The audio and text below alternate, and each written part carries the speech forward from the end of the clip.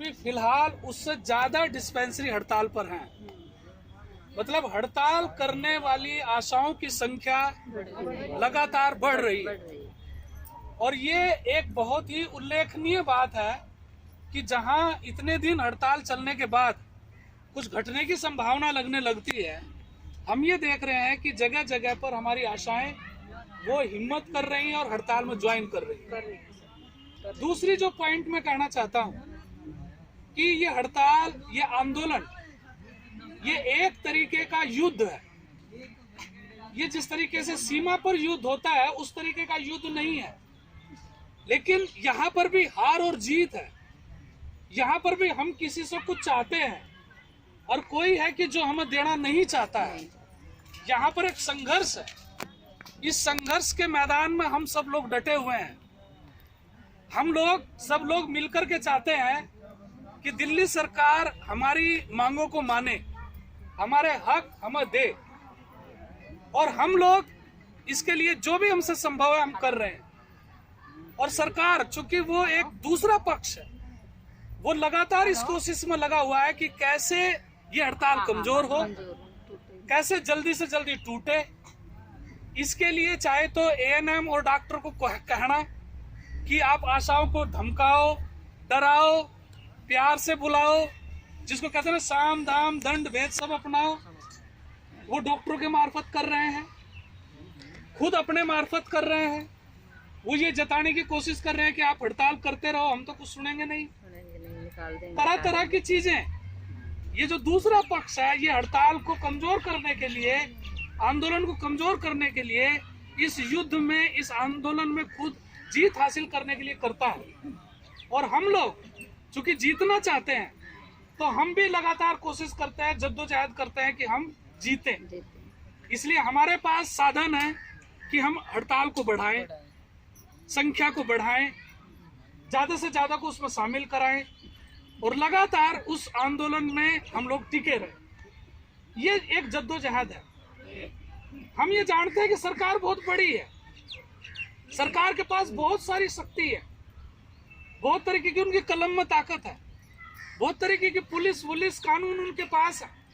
जैसे अभी बात आती है, ये जो बात आ रही है कि हड़ताल करने का सही टाइम था या नहीं था, इसके दो कारण है, उस पर मैं बाद में चर्चा करूंगा।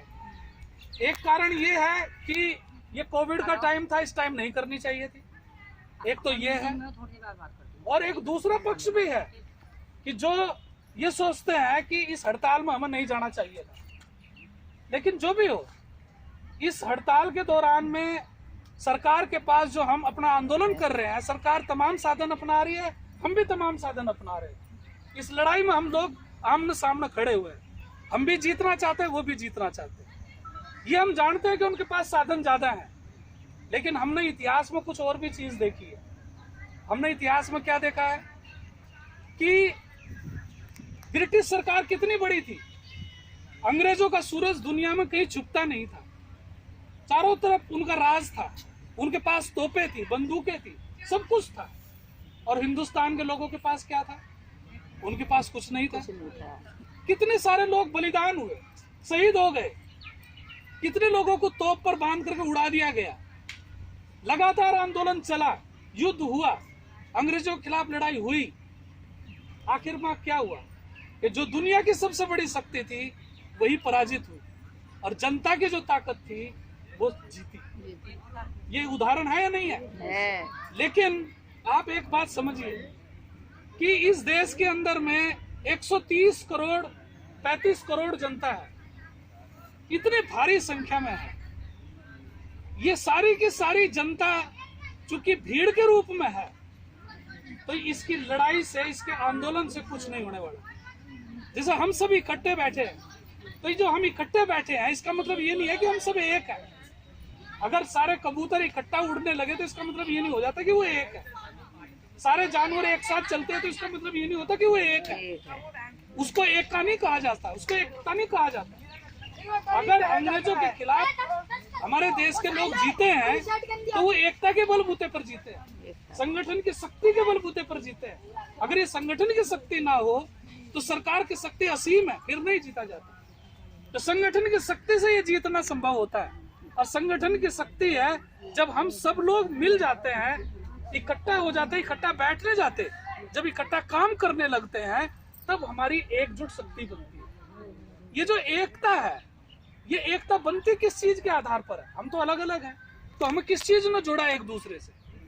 हमें जो एक दूसरे से जोड़ा है वो जोड़ा है विचार में, कि हम सब चाहते हैं कि हमें ये हक मिलना चाहिए। हम सबने माना कि हाँ ये हमारा हक है, हमने माना कि हमें कर्मचारी माना जाना चाहिए, हमें सरकारी कर्मचारी माना जाना चाहिए। इस मत पर हम सब एक हैं, और इस मत पर चूंकि हम एक हैं, इसीलिए इसके लिए हम एक साथ मिलकर के लड़ते हैं, और इसी को कहा जाता है एकता। जिस तरीके से हमारे देश में हुआ कि अंग्रेजों को इस देश से जाना चाहिए, इस बात को लेकर के जब समूहबद्ध हुए, एकताबद्ध हुए, वो थी एकता। एकता जुड़ती है विचार के आधार पर, जहाँ विचार नहीं जुड़ता वहां पर एकता भी नहीं जुड़ती। इसीलिए जिसको कहते ना, एकता में ही शक्ति है ना, एकता में शक्ति है। लेकिन ये एकता की शक्ति बनती किस आधार पर है? ये बनती है विचार के आधार पर। अब मैं ये बात को क्यों कह रहा हूँ? मैं इसलिए कह रहा हूँ कि अगर हमारे विचार अलग अलग हों तो हम चाहे यहाँ सारे इकट्ठे बैठे रहें, लेकिन हम एक नहीं। एक हमारी आशा बोले हड़ताल खत्म करनी चाहिए, एक बोले हड़ताल को 2 दिन चलाना चाहिए, एक बोले 10 दिन चलाना चाहिए, कोई बोले कुछ और करना चाहिए। इस तरीके से मान लो बोले, लेकिन हम एक मत नहीं है, तो लड़ाई होगी? लड़ाई नहीं होगी। एक कहेगा ये मांग होनी चाहिए, दूसरा कहेगा ये मांग होनी चाहिए, तीसरा कहे वो मांग होनी चाहिए, तो क्या हम लड़ सकते हैं? नहीं हो सकता। वो होता है कि जब हमने एक विचार बनाया और उस एक विचार को लेके एक ही रास्ते पर जब हम चले, तब वो चीज बनती है। इस बात को इसलिए मैं बताना चाहता हूं कि जब भी कोई दूसरा विचार आपके सामने आए यूनियन के विचार से अलग, आपके दिमाग में वो तुरंत खटकना चाहिए कि ये अलग रास्ता लेके रहेगा। अगर वो आज छोटा सा रास्ता लिया है और अगर उसको समय पर संभाला नहीं गया, तो वो रास्ता बड़ा होता जाए हो सकता है, और वो असली रास्ते को खराब कर सकता है। इसलिए उसको बचाना जरूरी है। इसलिए इसमें अगर कोई भी ऐसा विचार अलग आता है, उसको सुलझाना और समझाना जरूरी है, उसको सुलझा देना अनिवार्य है, लेकिन इसकी पहल करनी पड़ती है। लेकिन अगर वो विचार सही जगह ना रखा जाए, गलत जगह रखा जाए, तो क्या होगा? में अपना घर का उदाहरण लीजिए आप। हम घर में एक साथ रहते हैं, मिलजुल के रहते हैं, प्यार मोहब्बत से रहते हैं, और किसी हमारे परिवार के एक सदस्य में एक नासमझी आई, उसने ऐसे सदस्य को बोला जो उस समस्या को सुलझा नहीं सकते। मान लो मेरा बेटी है, 2 बेटे हैं, चाचा है, ताऊ है, उन्होंने कोई बात उनकी आई, उन्होंने मेरे बाबा जी को नहीं बोला, जो बाबा जी समस्या हल कर सकते थे, मुझे बोला। तो मेरे मन में बोला हाँ तू सही बोल रहा, तीसरे को बोला हाँ तू भी सही बोल रहा, सारे सही बोल रहे, लेकिन असली जगह जहाँ समस्या हल होती वहां नहीं बोली, तो क्या होगा? गलत जगह जाएगी। तो अगर कोई विचार आ जाए मन में, तो तुरंत उसके बारे में हमें चाहिए कि जहां से वो विचार सही हो सकता है उसको करें। अगर ये हम ना करें तो संगठन और विचार वो बिखरने लगते हैं। दूसरी बात जो मैं कहना चाहता हूँ कि ये आंदोलन, ये लड़ाई, बारिश की बूंदे शायद गिरने लगी है। एक जो बात मैं बताया भी गया, हमने ये हड़ताल के लिए आंदोलन शुरू नहीं किया था। ये किसी के मन में नहीं था कि हम हड़ताल शुरू करने जा रहे हैं। लेकिन हुआ क्या कि जब मार्च महीने के बाद एक हमारी आशाएं परेशान होने लगी, उनको जब कुछ भी नहीं दिया जाता था, अपने आंसू पी रही थी, है ना, बच्चे उनके दुखी हो रहे थे, परेशान हो रहे थे, तब यूनियन ने एक आवाज उठानी शुरू की। प्लीज सुनिए, आवाज उठानी शुरू की। और उस आवाज को उठाने के शुरू करते करते पहले हुआ नहीं भाई हम ऐसे उठाएंगे, फिर आया नहीं भाई ऐसे उठाएंगे, लेकिन फिर भी नहीं सुना गया। तब फिर करते करते एक दिन आया कि भाई ऐसा करते हैं, 2 दिन का कार्य बहिष्कार करते हैं, फिर 2 दिन का किया। लेकिन ये किसी ने नहीं सोचा था कि हड़ताल करेंगे। लेकिन बाद में ये हो गया धीरे धीरे कि अब हड़ताल करके कोई चारा है नहीं, उसको छोड़ करके हमारे पास कोई और उपाय नहीं है। इसीलिए इस परिस्थिति ने हमें हड़ताल की तरफ लेकर के गई। हालात ने हमें मजबूर किया कि हम हड़ताल करें। यूनियन हड़ताल शुरुआत में नहीं चाहती थी, ये सरकार ने मजबूर किया, हालातों ने मजबूर किया कि हम हड़ताल करें। जो यूं कहते हैं कि यूनियन ने तय किया। अरे जब क्या ना, आप मुझे ये बताओ, आप अभी बरसात हो रही ना, अभी तो आपके मन में आ रहा ना छतरा खोले हैं? अगर बारिश ना होती तो छाता खोलने का मन में आता? नहीं आता ना। तो जब हालात ही नहीं हो हड़ताल के, तो यूनियन हड़ताल का आह्वान कैसे कर देती और कोई उसकी बात को मान कैसे लेता? तुरंत ही बोलते जी अभी आप गलत बोल रहे, बारिश तो हो ही नहीं, छतरी क्यों खोले, है ना? ऐसे जब हड़ताल का जरूरत ही नहीं थी तो आप ही लोग बोलते सर अभी हड़ताल क्यों कर रहे हो। मैं आज आपको बता रहा हूं, जब मार्च में पहली बार पोस्टर अभियान चलाया गया, किसी की तरफ से ये बात नहीं थी कि हड़ताल करो, लेकिन चलते चलते आया सर, सरकार सुन नहीं रही, क्या करें, चलो गिरफ्तारी दो, वहां जाओ।